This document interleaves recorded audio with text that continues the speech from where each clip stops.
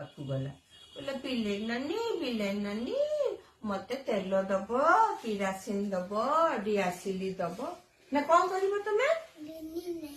ହଁ ଡିଆସିଲି କଣ ଦବ? ତେଲ କଣ ଦବ? କିରାସିନ ଡିଆସିଲି ନା କଣ କରିବୁ? କଣ କରିବୁ? ମୁଁ ଚକୁଳି ପିଠା କରିବି। ବିଲେଇ କହିଲା ହଁ କହିଲା ମୁଁ ଚକୁଳି ପିଠା କରିବି। କହିଲା ଠିକ ଅଛି ମତେ ଯଦି ଚକୁଳି ପିଠା ଦବୁ ଗୋଡି ତାହେଲେ ମୁଁ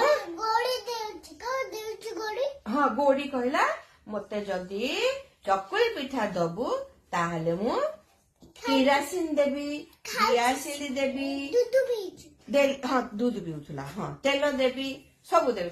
ହଁ ବିଲେଇ ନାନୀ ମୁଁ ତମକୁ ଚକୁଳି